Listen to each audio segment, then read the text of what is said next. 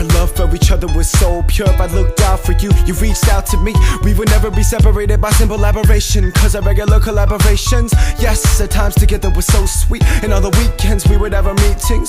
You were seeking my attention, you called me every single day for conversation.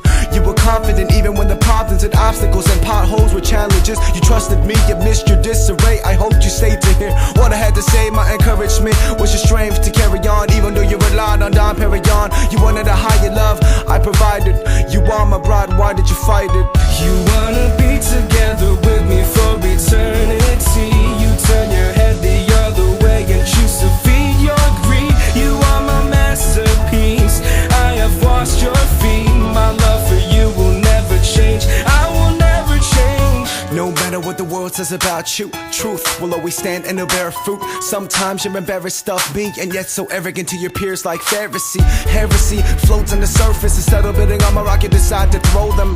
You would greet me with a cloak passion, but lack the compassion. You act up, attracted to blasphemy, myself and I mentality. The fallacy is that you ain't really worthy, you're not the master, says Luke 17. I married you, I've tasted the tea you brew. If you ain't hot for me, then you're dispensable. I don't care how sweet you were today, make sure you pick up your cross and follow my